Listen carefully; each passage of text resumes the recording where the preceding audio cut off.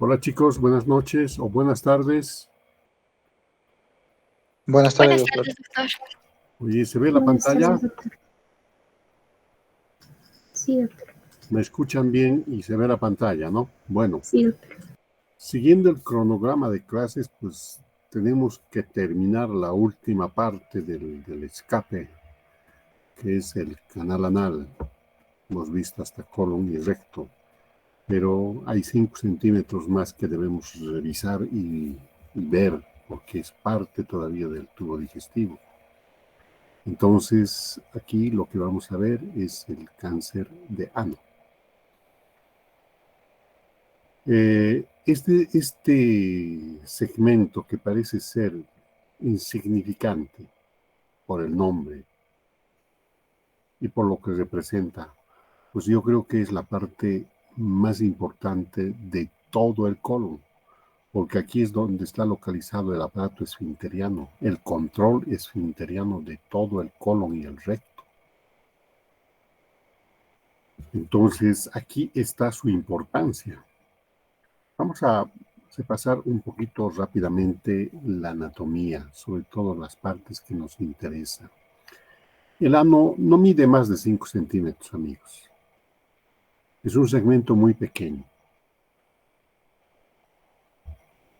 Hacia abajo se divide por exteriormente el aparato esfinteriano, el anillo muscular, y interiormente tenemos la línea dentada.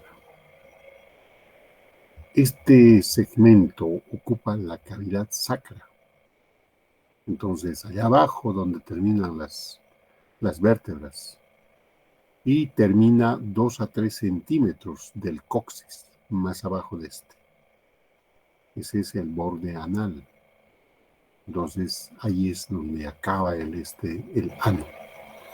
Es algo muy pequeño, no es muy grande, pero como ven, aquí está el aparato de control, el esfínter externo y el interno. Esto se inicia a nivel de la tercera vértebra sacra y termina pues donde ya hemos mencionado este asunto. Entonces, como ven, el ano es algo tan chiquito, pero tan importante para la fisiología y sobre todo para el control motor de todo el colon y el recto. Y básicamente todo el tubo digestivo de su parte inferior. Entonces el recto se va a unirse en su ámpula rectal al ano. Justo la unión de esto, de los músculos del recto, el pubo coxígeo, el pubo rectal, por ejemplo, se unen por encima de la línea dentada, por encimita del esfínter externo del ano.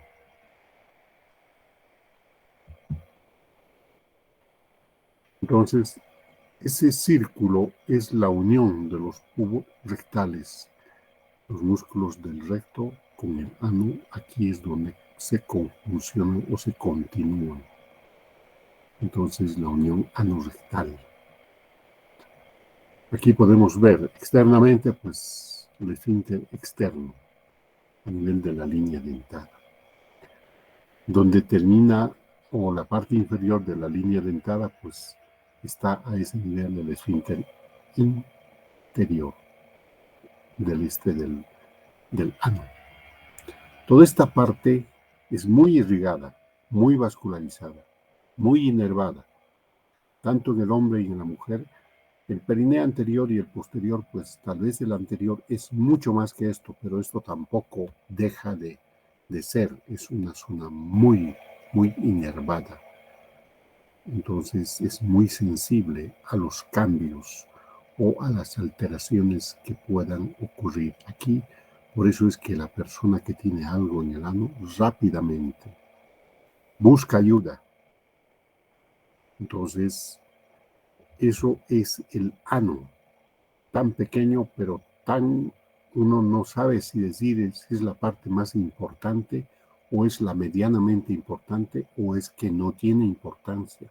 Pero aquí está el control esfinteriano, músculo nervioso que controla prácticamente todo el colon y el recto. Y por ende, pues todo el tubo digestivo, jóvenes. De ahí su importancia de este segmento tan pequeñito. El conducto anal tiene 3 regiones histológicas. ¿Por qué hacemos mención esto? Porque en estos sitios son los lugares donde van a surgir las diferentes histologías neoplásicas, ya que estamos hablando de cáncer anal. El cutáneo, hasta el anillo anal. Aquí es otro tipo de histología, es como en la piel, epidermoide. Entonces, esto se va a unirse, la parte interna, la parte transicional, que va a llegar hasta la línea pectínea. La línea pectínea es la parte de la mucosa que está como dentada. Y la mucosa del conducto mismo. Entonces, en estos lugares va a haber predilección en surgir las diferentes neoplasias, tanto en el hombre como en la mujer. No es igual para todos. En el hombre tiene cierta predilección y en la mujer es un poco diferente. Pero no dejan de ser lesiones neoplásicas que afectan y comprometen la salud y la vida de la persona. ¿Por qué? Porque sencillamente pues, tiene el control esfinteriano.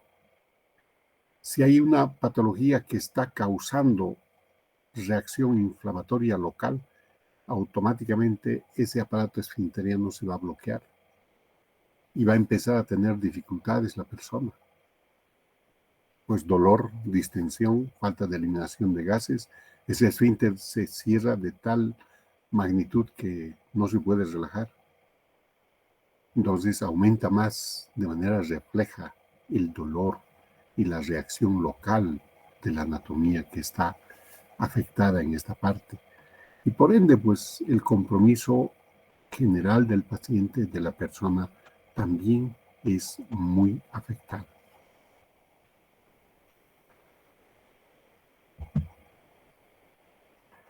Entonces, otro esquema que nos muestra la línea dentada y la zona de transición. También aquí vemos el canal anal y vemos el borde del ano. Es todo lo que representa el ano. Más arriba ven la unión del recto, los músculos puborectales. Entonces, la unión del aparato muscular del recto hacia el ano. Y aquí también vemos el esfínter externo y las partes del esfínter interno. Estos 2 esfínteres funcionan al sincrónico, o sea, al mismo tiempo. No es que uno funciona antes, otro después, otro les refuerza. No, los 2 de manera paralela, sincrónica. Entonces uno puede decir, si se daña el otro, puede cubrir el otro. En cierta forma, sí. Pero como ven, la naturaleza ha hecho esto que 2 esfínteres independientes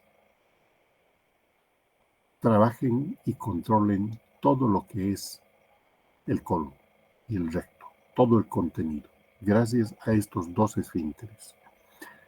Cuando hay patología benigna han visto las fístulas. Las fístulas son comunicaciones hacia el exterior, con el interior. Justo en la línea dentada es donde se origina y el trayecto atraviesa los esfínteres.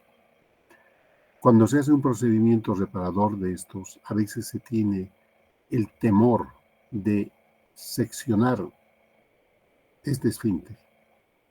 Este esfínter es circular. Entonces uno dice, va a quedar incompetente, no va a ser continente, no va a cerrar. Este esfínter funciona igual que el esfínter de la vulva en la mujer durante el trabajo de parto, como se hace las episiotomías. Si lo reparas de manera anatómica y adecuada, este esfínter es funcional y recupera su contractibilidad y su continencia. O sea, es un esfínter competente que cierra adecuadamente y no permite el escape de contenido intestinal o a nivel del ano. Pero sí hay el temor de que si vamos a cortar, vamos a seccionar este esfínter, nos va a quedar pues como con parálisis facial, que va a haber escape de contenido del ano, pero si es que lo reparas bien, no pasa nada, jóvenes. Es como cualquier músculo que has trabajado. Otra imagen de lo que es el ano y el recto. Aquí vemos con un poquito más de claridad la parte externa, esos como bloquecitos pequeños, es el esfínter externo. Sí, el esfínter externo es más poderoso en su estructura, en su consistencia que el esfínter interno. Pareciera que es más robusto, pero los dos funcionan de la misma manera, jóvenes. Cuando se hace una cirugía local reparadora por patología benigna de lo que estábamos mencionando en su momento, ¿cómo uno puede saber o valorar el tono del esfínter, la capacidad de contener el contenido? Haciendo un tacto rectal. Entonces, introduce el dedo explorador y le pides al paciente que cierre el esfínter. Y tú lo sientes en el dedo, la fuerza como cierra el esfínter. Entonces, eso es para la competencia. Aquí, ¿qué nos muestra la línea pectínea? El canal anal por debajo de esto y el borde del ano.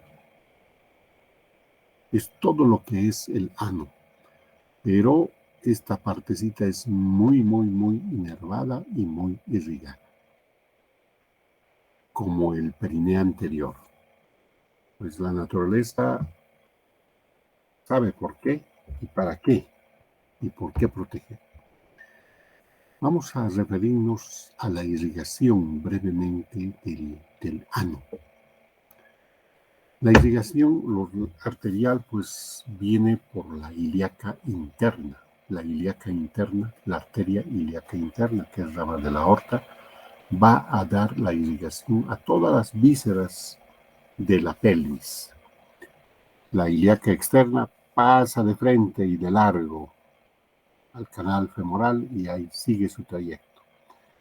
Entonces es la ilíaca interna la que va a dar ramos para el ano, los hemorroidales, los pudendos, todos estos.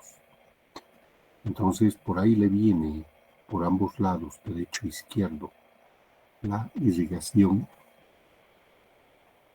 de los segmentos del recto inferior y del ano. Amén de que en la parte de arriba pues le viene del sigmoides, pero ya en la parte de abajo pues los vasos hemorroidales, los pudendos, que tienen una distribución un tanto diferente porque no vienen de un vaso de gran calibre como la arteria sigmoidea o la mesentérica inferior. Aquí pues vienen de la arteria ilíaca interna, pero son ramos finos. En el hombre, en la mujer, van a irrigar todas las vísceras de la pelvis. Y el retorno venoso pues va a ser un poquito similar al arterial, a diferencia de que todos estos vasos tenemos los hemorroidales, los del recto inferior, van a ir a la ilíaca interna, a la vena ilíaca interna. Esta vena pues va a drenar con la unión del otro lado, van a formar la vena cava inferior. La vena cava inferior va a ir directamente hacia los pulmones, hacia arriba, hacia el corazón, para drenar en la aurícula. Pero paralelamente hay otros vasos que van a drenar hacia las sigmoideas y por ende va a ir a la mesentérica, y estos van a seguir el trayecto de la vena porta hacia el hígado, y de ahí por las venas suprahepáticas van a subir hacia arriba a la circulación central. Entonces, el retorno venoso también en esta parte es un poquito, no es reglado, no es aún por una sola vía, tienes por esa vía. De la misma manera, los ganglios linfáticos del ano van a drenar en los ganglios inguinales. Y algunos van a drenar en los ganglios en el mesorrecto o hacia la mesentérica, ya sea del sigmoides o del colon del lado izquierdo. Pero lo principal es hacia los ganglios inguinales, superficiales y profundos. Entonces, eso es más o menos su irrigación.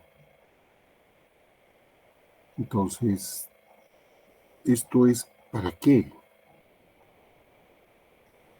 Para planificar nuestro tratamiento. Siempre pensamos, cuando hacemos una de estas revisiones, tenemos que ver lo que va a surgir para el tratamiento. A ver, la epidemiología. No es muy frecuente esta enfermedad. Es el 2% de los cánceres colorectales. Es lo más bajo, no es alto, pero tiene ciertas peculiaridades, ciertas características. La literatura dice 9 por millón de habitantes. Pero dentro de estas personas hay otro grupo que hay que considerarlos, potenciales portadores o predisponibles a esta enfermedad. Por ejemplo, los homosexuales, varones, que no han tenido o que no son portadores del HIV. ¿Cuál es su frecuencia? 35 por 100,000 habitantes. Aquí ya ha cambiado, ya se ha modificado. En términos generales, 9 por 1,000,000 de habitantes. Pero si es que seleccionamos los homosexuales, se ve que es más frecuente, aunque no tengan SIDA, aunque no sean HIV positivos, porque los varones que son homosexuales y son portadores del virus, aquí tenemos 70 por 100,000. Miren cómo se ha duplicado. ¿Será el sexo o es que el estado inmunológico deprimido es el que va a afectar y modificar y aumentar esta frecuencia? Aquí llama la atención, HIV positivo, el doble que los que son de la misma condición, pero HIV negativos. Entonces, algo tiene que ver el estado inmunológico. En el último tiempo, esta neoplasia ha ido en incremento, ha ido en aumento, por los caprichos de la sociedad o porque, no sé si es que llamar que se nos ha, o el demasiado libertinaje. Pero en los varones ha aumentado el 96% y en las mujeres el 36%. En términos generales, esto se va a dividir en dos grupos. Cáncer de canal anal y el cáncer del margen anal o borde anal. El de canal anal es mucho más frecuente en las mujeres. 3-1. O sea, 3 veces es más frecuente en las mujeres el cáncer de canal anal. En cambio, el cáncer de margen anal o borde anal es 7 veces más frecuente en varones. Entonces, aquí hay que tomar en cuenta que en los varones HIV positivo había sido más frecuente. Pero de esos también hay que dividir. Canal anal más frecuente en las mujeres, 3 veces. En el de margen anal, pues 7 veces más frecuente en los varones. Cuando hablamos de cáncer, pues tenemos que hablar de factores de riesgo obligados, porque lamentablemente para todas las neoplasias hay factores de riesgo y nosotros tenemos que conocer. Y aquí el factor de riesgo más importante son los hábitos sexuales de las personas. ¿Y estos cuáles son los que aumentan este riesgo? Hombres, varones homosexuales. Mujeres que practican o gustan del sexo anal. Personas que son portadoras de las verrugas genitales o los condilomas. Uno dijera, pues esto es solo una verruguita, pero esa verruguita es dependiente de un virus del papiloma humano, que solo produce condilomas, pero aumenta el riesgo de cáncer. Entonces, si es que hablamos del virus del papiloma humano, tenemos que referirnos a los antecedentes del cáncer de cuello uterino. El cáncer de cuello uterino, en la mitad de los casos, es generado por el virus del papiloma humano. Las cepas 16-18 son carcinogenéticas. ¿Qué quiere decir? Que sin tomar en cuenta los factores de riesgo como ser los genéticos, la mujer que tiene infección del virus del papiloma humano puede desarrollar, en la mitad de los casos de 10 mujeres, 5 van a desarrollar cáncer solo por ser o por tener la infección del virus del papiloma humano, el 16 o el 18, cualquiera de los dos números o los dos. Entonces, aquí entra en juego un detalle muy importante que tal vez pasaría desapercibido: el virus del papiloma humano. Entonces, el virus del papiloma humano no solamente participa en la génesis del cáncer de cuello uterino, también en los lugares donde ha ocurrido estos cambios o emociones que gustan mucha gente: el sexo anal, los homosexuales, pues las verruguitas o los condilomas son potencialmente riesgosas para desencadenar un cáncer.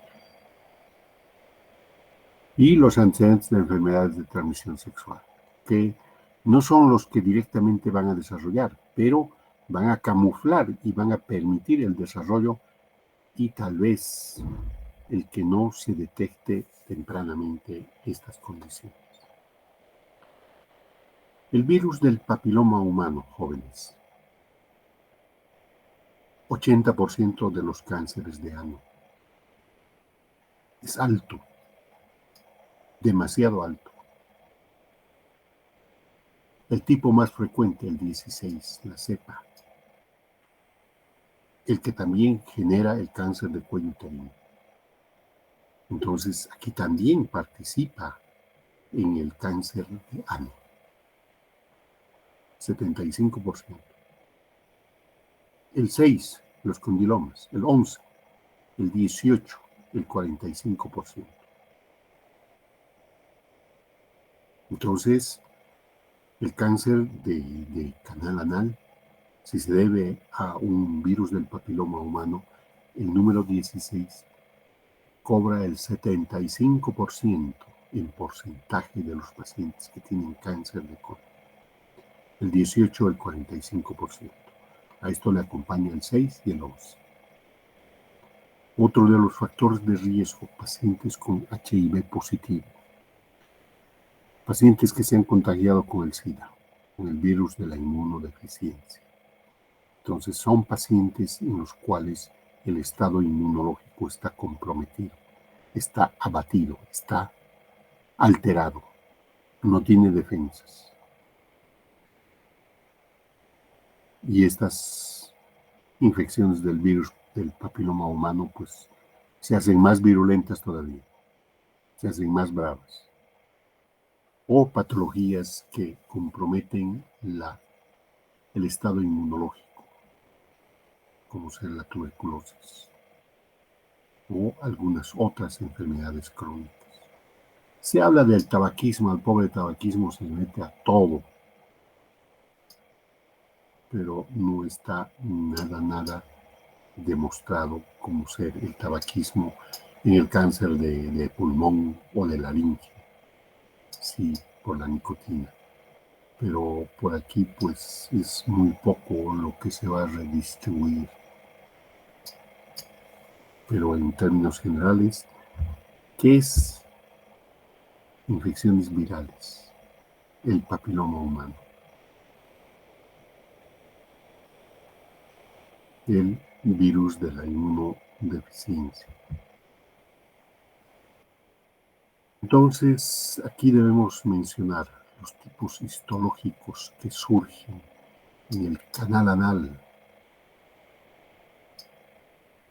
El más frecuente es el epidermoide. Es similar a la piel, 85%. Esto se continúa del borde anal, de la piel del glúteo, es el mismo tipo histológico de la piel. Pero aquí en esta parte, pues, dijimos que esto es más frecuente en varones. En las mujeres está en el canal anal. Pero este tipo de cáncer tiene 3 subtipos. El de células escamosas, el de células basales y el mucoepidermoide. Este es una combinación del epidermoide con un glandular que produce moco.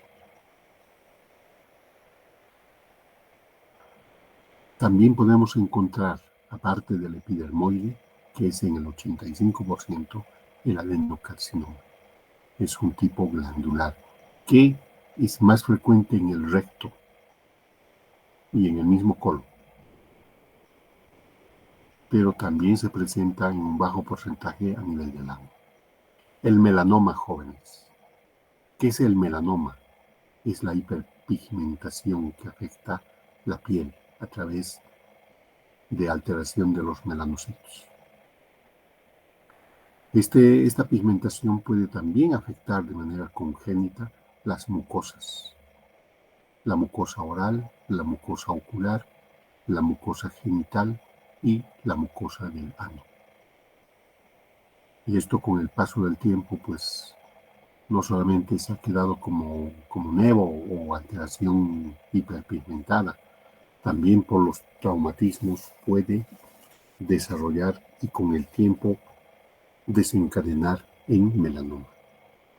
Y el melanoma del ano, pues, es de maldito y de tan agresivo como en cualquier parte del cuerpo. Tal vez en esta parte es mucho más porque libremente crece, infiltra, invade, sin que la persona se dé cuenta a un inicio. Porque el melanoma que está en la superficie corporal, la persona rápidamente consulta cuando hay un cambio de coloración, cuando hay un cambio en el tamaño, cuando hay una irregularidad en los bordes de crecimiento. Pues aquí en el ano difícilmente, solo tal vez tu compañero de la intimidad es el que te va a poder ver si es que se deja ver. Otra de las patologías que debemos mencionar es el linfoma. El linfoma de tipo MAL, no siempre el linfoma que se origina en ganglio linfático o conducto linfático. Entonces es el linfoma extraganglionar, el linfoma tipo MAL, que también puede afectar y estar presente en el canal anal. Y los tumores GIS. Los tumores GIS, unos dicen que son sarcomas de bajo grado de malignidad. En el último tiempo se está barajando mucho este nombrecito. Pero esto afecta a la serosa. Y en el ano, pues ya prácticamente estamos al margen de la serosa, porque ya no llegamos, no hay recubrimiento de serosa en el ano. Ya tiene una consistencia un poquito diferente. El cáncer de canal anal, el que es más frecuente en las mujeres, tiene preferentemente su vía de diseminación la linfática.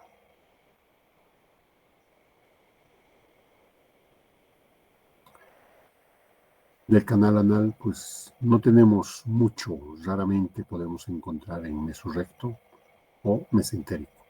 Pero ¿dónde vamos a encontrar? En los ganglios inguinales.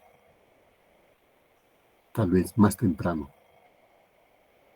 porque es el sitio, otro sitio de drenaje de los inguinales. Cuanto más bajo, pues el ano va a los inguinales. O también puede ir a los mesentéricos a través de los ganglios mesorrectos. A distancia, solo en el 30%. Si la lesión es muy agresiva,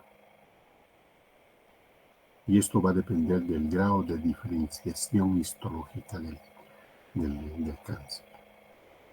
El del margen anal, el que se presenta más frecuente en los varones, también por la misma vía. Vamos a tener a los ganglios inguinales. Pero el porcentaje es variable. Pero siempre vamos a tener la vía de diseminación de preferencia es linfática. La otra vía, que es la hematógena, es más baja, no es tan frecuente, salvo que la lesión sea muy agresiva y localmente esté muy avanzado o muy infiltrado.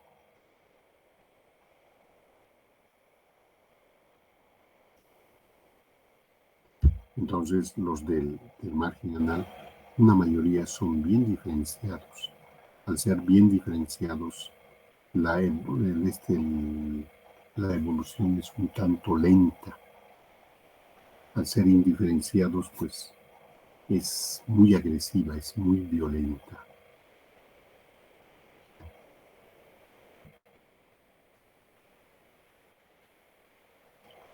Entonces, esta imagen, ¿qué me podrían decir? Es el escroto.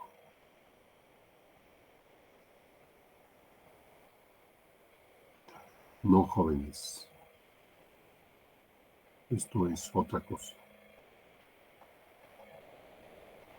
Esto es un crecimiento del margen anal,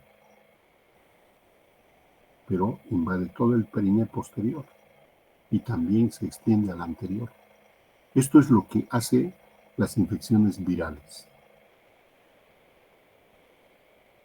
Esto es lo que te provoca los condilomas, por el virus del papiloma del 2, el 6, el 11.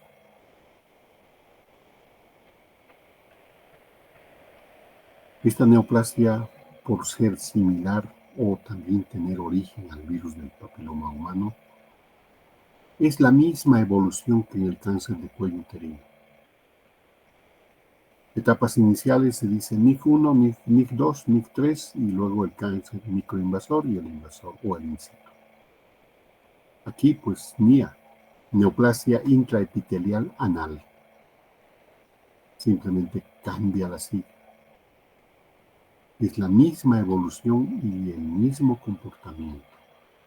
Esto no es raro ver jóvenes. A veces hay parejas de personas que son portadoras de estas lesiones anales y también en los genitales. Esto es lo que ocasiona el querer hacer uso y abuso de lo que Dios nos ha dado o lo que la naturaleza nos ha dado y que se quiera cambiar. Esto te puedes evitar contagiar si tú utilizas y aprendes a cuidarte. ¿Y cómo te vas a cuidarte? Cuando tengas tu intimidad, usa un condoncito. No te va a hacerte daño. Te va a proteger de estas infecciones. Y te va a evitar sufrimiento. Te va a evitar trastorno emocional. Porque esto, aunque esté guardadito, es algo que la persona va llevando, va cargando y va sufriendo, porque solo él tiene.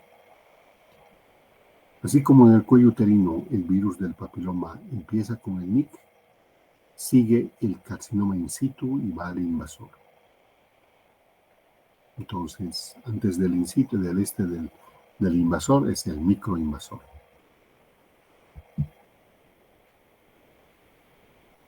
Entonces, jóvenes, más o menos eso es lo que podemos decir en términos generales de lo que es el cáncer de ano. Voy a pedirles un favor, vamos a quedar aquí.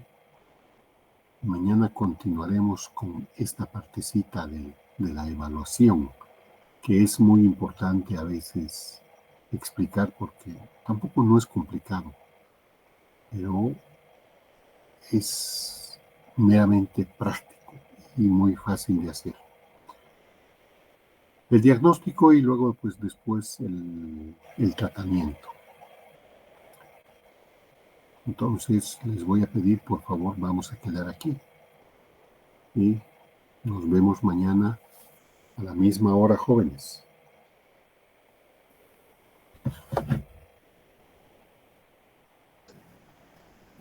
Está bien.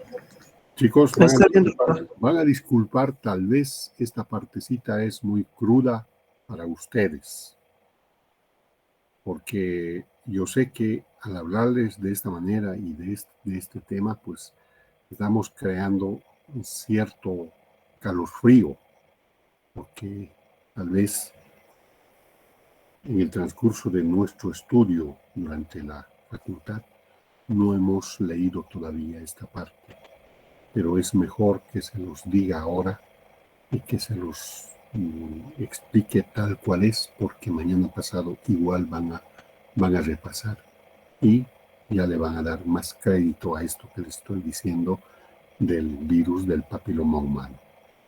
El virus del papiloma humano no solamente es un problema de las mujeres, también es del varón. El virus del papiloma humano es asintomático. Entonces, cuando se contagia, pues contacto sexual. ¿Con quién? Cuanto más te arriesgues, más probabilidades tienes de encontrar el virus.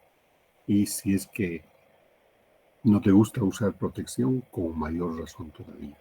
Y esto es completamente asintomático en el hombre y en la mujer.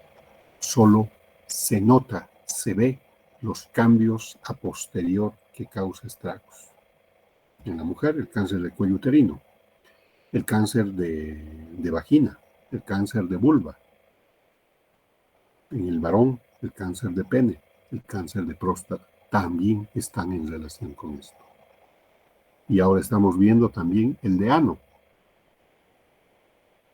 Entonces, esto es un problema de salud pública, salud de un Estado, para darle atención. De hecho, ya están empezando con las vacunas del virus del papiloma humano, pero aunque mal encaminadita, pero están empezando, porque esa vacuna debería ser para toda mujer, no importa la edad, Si una mujer no ha tenido contacto sexual, no importa la edad, cualquier edad es bueno para vacunar eso. Porque la vacuna es para proteger, no es para proteger el cáncer, sino es para proteger de la infección del virus del papiloma humano. Ahora, si la mujer ha tenido contacto y quiere vacunarse o se ha infectado aparentemente, puede hacerse pruebas. Y si no, pues también debería dársele la vacuna. Así que, jóvenes, es un poquito medio raro esto, medio jalado de las greñas, pero la realidad es esto. Entonces, chicos, nos vemos mañana. Muchas gracias por su tiempo. Hasta mañana, doctor. Gracias. Gracias, doctor. Hasta mañana. Chao, chao. Gracias, doctor. Hasta mañana. Chao.